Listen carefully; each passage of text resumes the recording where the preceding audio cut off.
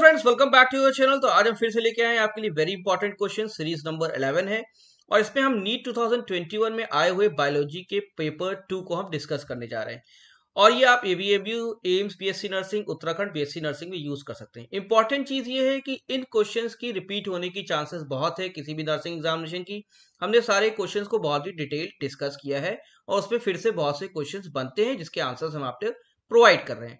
ऊपर लिंक में डिस्क्रिप्शन आ रहा है, अगर आप वहां क्लिक करेंगे तो अभी तक के बायोलॉजी जितनी हमारी सीरीज हैं, जितने वीडियोस हैं विद एक्सप्लेनेशन आप देख सकते हैं। आइए चलते हैं सीधे वीडियो की तरफ। आइए चलते हैं क्वेश्चन नंबर 1 की तरफ। क्वेश्चन नंबर 1 स्टार्ट करने से पहले हम जरूर कहेंगे हमारे चैनल को सब्सक्राइब कर लिए और हमारे वीडियोस के साथ बने रहिए, जैसे हमारा मोटिवेशन बना रहे। तो क्वेश्चन नंबर 1 कह रहा है कि during the purification process for recombinant DNA technology addition of chilled ethanol precipitates out. तो ये कह रहा है जब रिकॉम्बिनेंट डीएनए टेक्नोलॉजी हो रही होती है, प्यूरिफिकेशन प्रोसेस जो हम फॉलो कर रहे होते हैं, तो चिल्ड एथेनॉल मतलब एकदम ठंडा इथेनॉल जब हम डालते हैं तो क्या प्रेसिपिटेट आउट होता है? पॉलीसेकेराइड, आरएनए, डीएनए की हिस्टोन। तो इसका सही आंसर क्या है? इसका सही आंसर है इथेनॉल डालने से डीएनए प्रेसिपिटेट आउट कर जाता है। ऐसा क्यों होता है? इथेनॉल, देखिए इथेनॉल जब डीएनए में पड़ता है, देखिए डीएनए होता है पोलर, ठीक है। और ये पोलर क्यों होता है? क्योंकि इसके अंदर highly charge phosphate groups present रहते हैं। तो जब इथेनॉल के पॉजिटिव आयंस इससे मिलते हैं तो आयनिक बॉन्ड बनाने लगते हैं, स्टेबल आयनिक बॉन्ड बनाते हैं। ये जब स्टेबल आयनिक बॉन्ड बनाते हैं तो उसकी वजह से डीएनए क्लम्प करने लगता है। क्लम्प करने की वजह से वो प्रेसिपिटेट आउट हो जाता है, ठीक है। तो इसका मतलब ये है कि डीएनए में जो पोलर चार्जेस हैं जो फॉस्फेट ग्रुप की वजह से हैं, तो इथेनॉल ऐड होने से कुछ पॉजिटिव आयंस मिलकर स्टेबल आयनिक बॉन्ड बनाते हैं, इससे डीएनए क्लम्प करके एग्रीगेट आउट हो जाता है या प्रेसिपिटेट आउट हो जाता है। तो ये है इसका सही आंसर। आइए चलते हैं क्वेश्चन नंबर 2 की तरफ। क्वेश्चन नंबर 2 में आपको क्या करना है? मैच करना है लिस्ट 1 को और लिस्ट 2 को, ठीक है। ऑप्शन दिए हुए हैं तो हम सीधे मैच करके आपको समझाते हैं। अब सामने वाले आंसर गलत लिखे हुए हैं, ठीक है। अब मैं आपको सीधे समझाऊंगा कि इसका सही आंसर क्या होगा। देखिए लिखा हुआ है कोहेजन, एडहेशन, सरफेस टेंशन और गटेशन। तो इसका सही आंसर क्या होगा? ठीक है, कोहेजन। कोहेजन मतलब होता है mutual attraction among water molecules. को मतलब होता है साथ में, सेम, ठीक है। तो सेम का मतलब ये हो गया कि सेम वाले मॉलिक्यूल आपस में अट्रैक्ट कर रहे हैं, इसे कहते हैं कोहेजन। ओके। सेकेंड चीज होती है एडहेशन, ये डिफरेंट में होता है जब दूसरी चीज से अट्रैक्ट करें। तो इसका सही आंसर ये वाला है, अट्रैक्शन टुवर्ड पोलर सर्फेस, मतलब दूसरे सरफेस की तरफ जा रहा है, आपस में नहीं हो रहा है। जब आपस में होगा तो कोहेजन होगा और जब दो के बीच में होगा तो एडहेशन होगा। फिर आता है सरफेस टेंशन। तो सरफेस टेंशन क्या होता है? अट्रैक्शन बढ़ जाता है लिक्विड फेज में, तो इसका सही आंसर ये है। फिर क्या होता है? गटेशन। गटेशन आपको पता है ये होगा water loss in liquid phase. आपको पता है कि जब प्लांट में रूट प्रेशर बहुत ज्यादा बढ़ जाता है, पानी की मात्रा बहुत बढ़ जाती है, तो लीफ के ऊपर क्या होता है? लीफ के ऊपर वाटर ड्रॉपलेट के फॉर्म से पानी जो है स्क्वीज आउट होने लगता है। और ये कहाँ से होता है? जो स्किन, जो स्मॉल पोर्स होते हैं लीफ में, जिसको कहते हैं हाइडाथोड्स। क्या कहते हैं? हाइडाथोड्स। तो इन हाइडाथोड्स से स्मॉल पोर्स जो होते हैं लीफ के ऊपर, इससे पानी निकलना शुरू हो जाता है। ये जो प्रोसेस होता है पानी निकलना, इसे कहते हैं गटेशन। तो एक्स्ट्रा वाटर निकलने लगता है, इसे कहते हैं गटेशन। तो कोहेजन मतलब आपस में, एडहेशन मतलब दूसरे से, सरफेस टेंशन तो अलग चीज हो गई, और गटेशन मतलब लीफ से वाटर ड्रॉपलेट्स निकल रहे हैं वाया हाइड्रोथोड से होते हुए small pores on the leaf. आइए चलते हैं क्वेश्चन नंबर 3 की तरफ। क्वेश्चन नंबर 3 कह रहा है the site of perception of light. क्या कह रहा है? The site of perception of light मतलब कि जब लाइट पड़ती है प्लांट्स के ऊपर फोटो पीरियोडिज्म की तरह, तो कहां पे आके वो साइट ऑफ परसेप्शन होता है जहां से रिसीव करता है प्लांट? फोटो पीरियोडिज्म में, लीफ पे, शूट अपेक्स पे, स्टेम पे कि एक्सिलरी बर्ड पे? ठीक है, तो इसका सही आंसर है लीफ। तो लीफ पे साइट ऑफ परसेप्शन होता है लाइट का प्लांट्स में ड्यूरिंग फोटो पीरियोडिज्म। आइए चलते हैं क्वेश्चन नंबर 4 की तरफ। क्वेश्चन नंबर 4 क्या कह रहा है? The plant hormone use to destroy weeds. तो किसकी बात हो रही है? पहली बात तो हो रही है प्लांट हार्मोन की, और क्या डिस्ट्रॉय कर रहा है? वीड्स, ठीक है। तो वीड्स क्या होते हैं? एक्स्ट्रा प्लांट जो होते हैं। तो इस पे 4 ऑप्शन दिया है, आईबीए, IAA, NAA और 2,4-D। इसका सही आंसर क्या है? इसका सही आंसर वो प्लांट हार्मोन जो वीड डिस्ट्रॉय करता है उसका नाम है 2,4-D। 2,4-D क्या होता है? 2,4-D होता है 2,4 dichlorophenoxy acetic acid. Dichloro phenoxy acetic acid. IBA क्या होता है? आईबीए होता है इंडोल ब्यूट्रिक एसिड, है ना? इंडोल ब्यूट्रिक एसिड होता है, इंडोल 3 ब्यूट्रिक एसिड। और आईए क्या होता है? Indole 3 acetic acid. ओके, तो जल्दी जल्दी लिख रहे हैं। तो मतलब आईबी हो गया इंडोल 3 ब्यूट्रिक एसिड और आईए हो गया इंडोल 3 एसिटिक एसिड। ये दोनों ही ऑक्सीजन कैटेगरी में आते हैं, तो ज्यादातर ये ग्रोथ में ही प्रमोशन करते हैं। एनए होगा नहीं, बचा 2,4-D। 2,4-D है 2,4 डाइक्लोरोफिनॉक्सी एसिटिक एसिड, और ये हर्बिसाइड और वीडीसाइड की तरह यूज होता है। ज्यादातर डाइकॉट वीड्स को ये रिमूव करता है। सही आंसर क्या है? 2,4-D, जो कि वीड्स को हटाता है। नेक्स्ट क्वेश्चन की तरफ चलते हैं। नेक्स्ट क्वेश्चन कह रहा है, question number 5, which of the following algae, इसमें से कौन सा एल्गे प्रोड्यूसेस कैराजीन? तो इसमें से कौन सा एल्गे कैराजीन प्रोड्यूस करता है? सही आंसर क्या है? Blue green algae, green algae, brown algae कि रेड एल्गे? ठीक है, तो इसका सही आंसर क्या है? इसका सही आंसर है रेड एल्गे। रेड एल्गे आपका कैराजीन प्रोड्यूस करता है। ठीक है, ब्राउन एल्गे जो होता है एल्जिन प्रोड्यूस करता है। ठीक है, तो एल्जिन प्रोड्यूस करता है, लेकिन रेड एल्गे आपका कैराजीन प्रोड्यूस करता है, याद रखिएगा। ओके, आइए चलते हैं नेक्स्ट क्वेश्चन तरफ। Question number 6। तो ये क्वेश्चन दूसरी तरीके से आया था, लेकिन मैं आपको यहां समझा दे रहा हूं।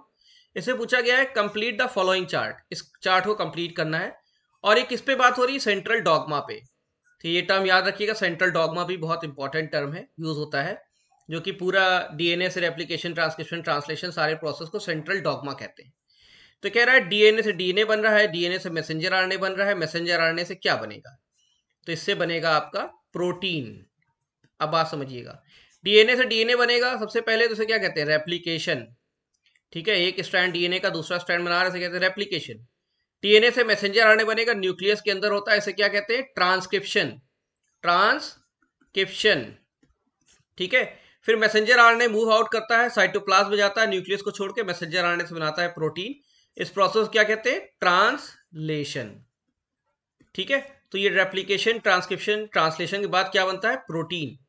तो इसी कहते हैं सेंट्रल डॉगमा, इस एंटायर चार्ट को। आइए चलते हैं नेक्स्ट क्वेश्चन की तरफ। Question number 7। तो हमने आपको यहाँ एक्सप्लेन किए हैं सारे क्वेश्चन, जैसे आपको पढ़ने में कई आंसर्स मिलते हैं और ऐसे क्वेश्चन आ सकते हैं। So which of the following are not the secondary metabolites? इसमें से कौन से सेकेंडरी मेटाबोलाइट्स नहीं? तो पहले तो आपको पता होना चाहिए सेकेंडरी मेटाबोलाइट होते क्या है। अब देखिए, प्लांट क्या करता है? प्लांट कई मॉलिक्यूल्स इन्वॉल्व करता है। ठीक है, और ऐसे मॉलिक्यूल होते हैं जो उसके ग्रोथ में और उसके डेवलपमेंट में इंपॉर्टेंट रोल प्ले करते हैं। लेकिन इसके साथ साथ कई ऐसे मॉलिक्यूल्स भी वो प्रोड्यूस करता है जो उसके डायरेक्टली उसके रिप्रोडक्शन में, उसके ग्रोथ में, डेवलपमेंट में इंपॉर्टेंट रोल प्ले नहीं कर रहे थे, लेकिन वो प्रोड्यूस करता है। तो ऐसे जो होते हैं मेटाबोलाइट्स, वो कहलाते हैं आपके सेकेंडरी मेटाबोलाइट्स, जिसका डायरेक्ट रोल नहीं है ग्रोथ में। ठीक है, तो वो क्या हो सकता है? रबर्स या गम, मॉर्फिन या कोडीन, अमीनो एसिड या ग्लूकोज, या विनब्लास्टिन, करक्यूमिन। और इसमें क्वेश्चन के पूछा है कौन सा नहीं है। ठीक है, तो इसमें ऑप्शन जो सही है वो है सी, अमीनो एसिड और ग्लूकोज। इसका डायरेक्ट इन्वॉल्वमेंट है प्लांट की ग्रोथ में, उसके डेवलपमेंट में, उसके रिप्रोडक्शन में। तो ये सेकेंडरी मेटाबोलाइट नहीं, प्राइमरी है। लेकिन बाकी चीजें जैसे रबर, गम है, मॉर्फिन, कोडीन है, विनब्लास्टिन, करक्यूमिन है, इसका डायरेक्ट रोल नहीं है। तो आप इससे एक और आंसर मिलता है आपको कि रबर, गम जो प्लांट प्रोड्यूस करते हैं सेकेंडरी मेटाबोलाइट है। मॉर्फिन और कोडीन जैसे कंपाउंड जो ड्रग की तरह यूज होते हैं, ये भी सेकेंडरी मेटाबोलाइट है। विनब्लास्टिन, करक्यूमिन ये भी ड्रग की तरह यूज होते हैं, ये सेकेंडरी मेटाबोलाइट है। तो आपको इससे पता चला सेकेंडरी मेटाबोलाइट ये हैं, और अमीनो एसिड, ग्लूकोज नहीं है, क्योंकि ये डायरेक्टली इन्वॉल्व है प्लांट के ग्रोथ में। और जो डायरेक्टली इन्वॉल्व नहीं होते वो क्या कहलाते हैं? Secondary metabolites. क्लियर? आइए चलते हैं नेक्स्ट क्वेश्चन की तरफ। नेक्स्ट क्वेश्चन कह रहा है, देखिए इकोलॉजी का क्वेश्चन है, question number 8। In spite of, मतलब होने के अलावा, in spite of inter specific competition, मतलब दो स्पीशीज में कॉम्पिटिशन हो रहा है, एक स्पीशीज ये, एक स्पीशीज ये, दोनों में कॉम्पिटिशन है। In spite of inter specific competition in nature, which mechanism the competing species might have evolve for their survival? मतलब एक स्पीशीज ये है, एक स्पीशीज ये है, और दोनों में कॉम्पिटिशन है, लेकिन दोनों साथ में रह रहे हैं, और एक ऐसा मैकेनिज्म बना दिया है कि दोनों सर्वाइव कर सके। सर्वाइव करने मतलब है को एग्जिस्ट कर रहे हैं, साथ साथ रह रहे हैं ना, को एग्जिस्ट कर रहे हैं। तो ऐसे फिनोमिना को क्या कहते हैं? प्रेडेशन कहते हैं, रिसोर्स पार्टीशनिंग, कॉम्पिटिटिव रिलीज, या म्यूचुअलिज्म। तो साथ में रह रहे हैं और काम भी एक ही है, लेकिन अपने आप को मिलजुल कर रह रहे हैं, तो इसको कहते हैं रिसोर्स पार्टीशनिंग। ठीक है, इसका एग्जांपल समझिए, जैसे एक ट्रंक है ट्री के, ठीक है, तो ट्री है, इसका ट्रंक है। अब इस पे क्या होता है, इंसेक्ट्स पाए जाते हैं। तो क्या होता है, बर्ड्स आती हैं और इंसेक्ट्स को खाती हैं। अब इस पे कई कैटेगरी बर्ड्स बना लेती हैं, जैसे 2 बर्ड खाती हैं तो कह रही है ये इंसेक्ट हम खाएंगे, और दूसरी बर्ड कह रही है हम दूसरा इंसेक्ट खाएंगे। अब ये आपस में डिसाइड नहीं हुआ, लेकिन आपस में इन्होंने रिसोर्स जो है उसको पार्टीशन कर लिया। ये बर्ड सिर्फ इसी इंसेक्ट्स को खा रही है और ये बर्ड इसी इंसेक्ट को खा रही है, तो अपने रिसोर्स को पार्टीशन कर लिया। अगर सब एक दूसरे खाने लगती तो प्रॉब्लम होती। तो रिसोर्स जो था, ये जो इंसेक्ट का रिसोर्स था, बर्ड्स ने आपस में डिवाइड कर लिया और साथ में एग्जिस्ट कर रहे हैं, जबकि दोनों ही इंसेक्ट खा सकते हैं। तो ये को एग्जिस्टेंस का फिनोमेना रिसोर्स पार्टीशनिंग कहलाता है। आइए चलते हैं क्वेश्चन नंबर 9 की तरफ। क्वेश्चन नंबर 9 देखिए, कह रहा है which of the following is not an application of polymerase chain reaction. Biotechnology question. PCR आपको पता है, पहले डीनेचुरेशन होता है, फिर एनीलिंग होता है, फिर एक्सटेंशन होता है। टेम्परेचर भी आपको याद रहना चाहिए, ठीक है। तो मैं कई क्वेश्चन एक साथ बता रहा हूं आपको, ठीक है, एक ही क्वेश्चन नहीं, कई क्वेश्चन से बता रहा हूं। टेम्परेचर, डीनेचुरेशन, एनीलिंग, एक्सटेंशन सब आपको पता होना चाहिए, पढ़ लीजिएगा और याद भी कर लीजिएगा, पॉइंट बाय पॉइंट बता रहा हूं। तो नॉट एन एप्लीकेशन, तो पॉलीमरेज चेन रिएक्शन से क्या नहीं होता, detection of gene mutation, molecular diagnosis, gene amplification, ये प्यूरिफिकेशन ऑफ आइसोलेटेड प्रोटीन। तो आप समझिए, जीन म्यूटेशन भी स्टडी कर सकते हैं, मॉलिक्यूलर डायग्नोसिस भी कर सकते हैं, जीन एम्पलीफिकेशन भी कर सकते हैं। प्रोटीन का मतलब ही नहीं है इसमें, क्योंकि डीएनए से मतलब है, न्यूक्लियोटाइड से मतलब है पॉलीमरेज चेन रिएक्शन का, प्रोटीन से कोई मतलब नहीं। इसलिए पॉलीमरेज चेन रिएक्शन का कोई रोल प्रोटीन में नहीं, इसलिए ये ऑप्शन गलत है। Purification of isolated protein PCR से नहीं कर सकते, उसके लिए आपको इलेक्ट्रोफोरेसिस करनी पड़ सकती है। आइए देखते हैं मैच लिस्ट 1 लिस्ट 2। तो यहाँ भी 2 लिस्ट दी हुई है और इसमें सही आंसर ढूंढना है, ठीक है। देखिए यहाँ पे ए बी सी डी लिखा हुआ है, यहाँ लिखा हुआ है वैस्कुलर टिश्यू, मेरिस्टेमेटिक टिश्यू, स्क्लेरीड्स और सिंपल टिश्यूज, आपको दिखाई दे रहा होगा। तो अगर हम इसमें मैच कराएं तो पहला ऑप्शन आ रहा है cells with active cell division capacity. तो ऐसी कौन सी होती हैं, ये होती है मेरिस्टेमेटिक, जिसमें एक्टिव सेल डिवीजन कैपेसिटी होती है मेरिस्टेमेटिक टिश्यू, याद रखिएगा। फिर लिखा है tissues having cell similar in structure and function, मतलब सारी सेल स्ट्रक्चर और फंक्शन में सेम है। तो क्या होते हैं ये, सिंपल टिश्यू होते हैं, सब कुछ same. Tissues having different type of cells, मतलब एक ही टिश्यू में अलग अलग टाइप की सेल है, तो वो कॉम्प्लेक्स टिश्यू होते हैं। और क्या होते हैं, वैस्कुलर टिश्यू। ये होते हैं कॉम्प्लेक्स टिश्यू और इनको वैस्कुलर टिश्यू भी कहते हैं। फिर है dead cells with highly thickened balls and narrow lumen. तो डेड सेल है, थिकेंड वॉल्स है, इसको कहते हैं स्क्लेरीड्स। इसमें लिग्निफिकेशन हो जाता है, लिग्निन की मात्रा बढ़ी रहती है। तो एक्टिव सेल डिवीजन वाली हो गई आपकी मेरिस्टेमेटिक, सेम सेल्स वाली हो गई सिंपल टिश्यू, डिफरेंट टाइप की हो गई सेल जिसमें टिश्यूज में है, वो हो गया वैस्कुलर टिश्यू, कॉम्प्लेक्स टिश्यू। और डेड सेल वाली इसमें लिग्निन है, वो हो गया स्क्लेरीड्स। ओके, आइए चलते हैं नेक्स्ट क्वेश्चन की तरफ। क्वेश्चन नंबर 11 देखिए, क्वेश्चन नंबर 11 कह रहा है कि a typical angiosperm embryo sac at maturity is. तो एंजियोस्पर्म का जो एम्ब्रियो सैक होता है वो कैसा होता है, कितने न्यूक्लियस होते हैं, कितने सेल होते हैं। तो पहले आप इसका स्ट्रक्चर समझ लीजिए। तो इसका जो स्ट्रक्चर बनता है एम्ब्रियो सैक का, आपको पता है इस तरीके से बनता है, ठीक है। इसमें ये पार्टीशंस रहते हैं, ओके। तो ये देखिए, ये पार्टीशंस हैं, ठीक है। और यहाँ न्यूक्लियस रहता है, यहाँ एक न्यूक्लियस रहता है, यहाँ एक न्यूक्लियस होगी, यहाँ न्यूक्लियस, और यहाँ एक न्यूक्लियस, यहाँ न्यूक्लियस, यहाँ न्यूक्लियस, और बीच में 2 होते हैं। तो कितने न्यूक्लियस हो गए, 1 2 3 4 5 6 7 8। तो 8 तो न्यूक्लियस हो गए। और सेल कितनी हुई, 1 2 3, और ये चौथी सेल, 5वीं, 6ठी और 7वीं, टोटल 7 सेल। तो 7 सेल हुई और 8 न्यूक्लियस। तो ये ऑप्शन होगा option number B, 8 nucleate and 7 cell, ये इसका सही आंसर है। आइए चलते हैं क्वेश्चन नंबर 12 की तरफ। देखिए क्वेश्चन नंबर 12 कह रहा है which of the following algae, फिर एल्गे की बात आ रही, contains mannitol as reserve food material. तो मैनिटॉल किस एल्गे का रिजर्व फूड मटेरियल होता है, ठीक है। तो पहले तो आपको मैनिटॉल के बारे में पता होना चाहिए। तो मैनिटॉल क्या होता है, मैनिटॉल जो है इसका प्रोडक्शन नॉर्मली ब्राउन एल्गे से होता है। किससे होता है, ब्राउन एल्गे से, ठीक है। तो इसमें ब्राउन एल्गे कौन सा है, यूलोथ्रिक्स, एक्टोकार्पस, ग्रेसिलेरिया, वॉल्वॉक्स। क्या है, ये है एक्टोकार्पस। तो सही आंसर क्या है इसका, एक्टोकार्पस। आइए चलते क्वेश्चन नंबर 13 की तरफ। क्वेश्चन नंबर 13 कह रहा है जेनेरा, मतलब जेनेरा बता रहा है लाइक सिलैजिनेला एंड सेल्विनिया। तो सिलैजिनेला सेल्विनिया क्या है, ये दोनों है फर्न्स। और फर्न्स क्या होते हैं, टेरिडोफाइट्स होते हैं, ठीक है। तो ये पूछ रहा है कि ये टेरिडोफाइट्स में प्रोड्यूस 2 काइंड्स ऑफ स्पोर, ये 2 तरीके के स्पोर प्रोड्यूस करते हैं। और इन प्लांट्स को क्या कहते हैं, हेट्रोस्पोरस, होमोस्पोरस, या होमोसोरस, हेट्रोसोरस या होमोस्पोरस। तो सही आंसर इसका क्या है, 2 टाइप के स्पोर प्रोड्यूस कर रहे हैं। तो ये फर्न्स होते हैं हेट्रोस्पोरस। अब आप समझ लीजिए इसकी बात को, स्पोर्स हो गए कितने टाइप के, 2 टाइप के, तो 2 मतलब अलग अलग टाइप के हो गए, तो वहां पे हमेशा हेट्रो टर्म लगेगा। ठीक है, अगर सेम टाइप की होती तो क्या लगता, होमो लगता। तो यहाँ क्या कह रहा है, टू काइंड, तो टू काइंड में वैसे भी हेट्रो हो गया, और सोरस कोई टर्म होता नहीं है, तो स्पोरस हो गया। हेट्रो स्पोरस, हेट्रो मतलब 2 टाइप का, स्पोर मतलब 2। तो इन फर्न्स में स्लैजिनेला और सेल्विनिया जो कि टेरिडोफाइट्स हैं, ये 2 काइंड ऑफ स्पोर्स प्रोड्यूस करते हैं, और इसलिए हेट्रोस्पोरस ये प्लांट कहलाते हैं। आइए चलते हैं क्वेश्चन नंबर 14 की तरफ। क्वेश्चन नंबर 14 कह रहा है म्यूटेशन, म्यूटेशन की बात आ रही, in plant cell can be induced by, mutation कैसे कर सकते हैं प्लांट सेल में। ठीक है, कैसे कर सकते हैं, जियाटिन से, काइनेटिन से, इंफ्रारेड रे से, गामा रे से। तो म्यूटेशन करना है तो बड़ा चेंज करना है सेल में, तो ये जियाटिन और काइनेटिन तो हार्मोन्स हैं, तो हार्मोन से तो आप म्यूटेशन नहीं करते, रेस से करते हैं। अब बचा इंफ्रारेड और गामा रेस, तो इनमें से वही रेडिएशन म्यूटेशन कॉज करेगा जो स्ट्रॉन्ग रेज होंगी। तो इन दोनों में स्ट्रॉन्ग कौन सी है, गामा रेज है। क्यों, आपको पता है कि गामा रेज आपको विबग्योर आपको पता होगा, है ना, और ये रीजन जो होता है ये वीक होता है, और ये रीजन जो है हाई एनर्जी होता है। ठीक है, तो वी की तरफ क्या आता है, अल्ट्रा वायलेट आता है, फिर उसके बाद इधर आते हैं एक्स रेस, फिर आती है गामा रेस। तो जैसे जैसे आप इधर मूव करते हैं तो एनर्जी मूव बढ़ती जाती है, एनर्जी बढ़ती जाती है, और जैसे जैसे रेड की तरफ आप मूव करेंगे एनर्जी घटती जाएगी। तो इंफ्रारेड किस तरफ है, इंफ्रारेड रेड के बाद आता है, तो इंफ्रारेड की एनर्जी कम है और गामा रेस की एनर्जी ज्यादा है, तो ज्यादा एनर्जी से म्यूटेशन होगा, तो सही आंसर इसका क्या होगा, गामा रेस। क्वेश्चन नंबर 15 देखिए। क्वेश्चन नंबर 15 कह रहा है amensalism, amensalism can be represented as, अब कमेंसलिज्म सुना होगा आपने, म्यूचुअलिज्म सुना होगा, एमेंसलिज्म क्या है। एमेंसलिज्म का ऑप्शन है, देखिए ऑप्शन नंबर इसका बी, पहले समझिए इसका आंसर है बी। एमेंसलिज्म का मतलब है एक ऐसा प्रोसेस जिसमें 2 स्पीशीज हैं, और जब साथ में रहती हैं तो एक स्पीशीज को तो नुकसान होता है, एक स्पीशीज को नुकसान होता है, नेगेटिव में लिखते हैं, और एक स्पीशीज को कोई भी फर्क नहीं पड़ता, कुछ हो चाहे ना हो।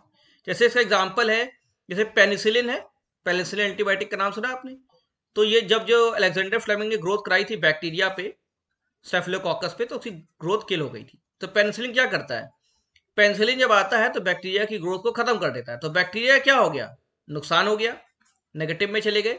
लेकिन पेनिसिलिन कोई फर्क पड़ा नहीं, तो पेनिसिलिन पे कोई फर्क नहीं पड़ा, तो एमेंसलिज्म इसे कहते हैं। स्पीशीज ए को कोई फर्क नहीं पड़ रहा, स्पीशीज बी को कोई फर्क नहीं पड़ा, यहाँ पे स्पीशीज ए का नुकसान हो रहा है, मतलब एक का नुकसान हो रहा है और एक को कोई फर्क नहीं पड़ रहा है, इसे एमेंसलिज्म कहते हैं। क्वेश्चन नंबर 16 देखिए। क्वेश्चन नंबर 16 कह रहा है what is the role of RNA polymerase 3 in process of transcription. तो ट्रांसक्रिप्शन और यूकैरियोट्स, तो यूकैरियोट्स में जो ट्रांसक्रिप्शन होता है तो आरएनए पॉलीमरेज 3 क्या करता है। ठीक है, तो ट्रांसक्रिप्शन ट्रांसक्राइब करता है। तो इसको याद करने का तरीका जो है आपको हमेशा बताया गया होगा कि इस तरीके से याद कीजिए, आर एम टी, और यहां लिखिए 1, और यहां लिखिए 2, और यहां लिखिए 3। तो आरएनए पॉलीमरेज 1 ट्रांसक्राइब करता है ribosomal RNA, RNA polymerase 2 transcribe करता है messenger RNA, RNA polymerase 3 transcribe करता है ट्रांसफर आरएनए। तो यहाँ क्या पूछा, आरएनए पॉलीमरेज 3, तो ट्रांसफर आरएनए का टर्म कहाँ आ रहा है, यहाँ पे आ रहा है, तो ऑप्शन इसका सही होगा सी वाला, सी। Okay clear. आइए चलते क्वेश्चन नंबर 17 की तरफ। अब यहाँ देखिए फिर से पेयर वाले क्वेश्चन आ रहे हैं, तो हम इनको पेयर्स को सॉल्व करेंगे एक एक करके। ठीक है, अब इसमें पूछा है select the correct pair, select the correct pair, correct pair आपको ढूंढना है जिसमें कोई गलत होगा। तो पहला ऑप्शन आ रहा है loose parenchyma cells rupturing the epidermis and forming a length shape opening in ब्रार। तो लेंथ शेप ओपनिंग आ रही है बार्क में, तो इन्हें क्या कहते हैं, स्पॉन्जी पेरेन्काइमा कहते हैं, नहीं। लेंथ शेप है तो कहेंगे लेंटिसेल्स, तो पहला ऑप्शन तो गलत है। ठीक है, लेंटिसेल्स जहां से रेस्पिरेशन होता है बार्क में। ठीक है, सेकंड ऑप्शन देखते हैं। सेकंड ऑप्शन कह रहा है large colourless empty cells in epidermis of grass leaves. तो कलरलेस भी एम्प्टी है एपिडर्मिस में, ग्रास लीव्स, क्या कहते हैं, सब्सिडरी सेल कहते हैं, नहीं, गलत। क्या कहते हैं इन्हें, इन्हें कहते हैं बुली फॉर्म सेल्स। क्या कहते हैं, बुली फॉर्म सेल्स।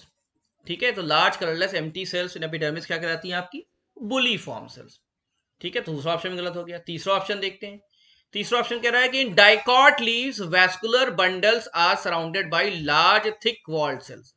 तो वैस्कुलर बंडल्स सराउंडेड हैं किससे, थिक वॉल्ड सेल्स से।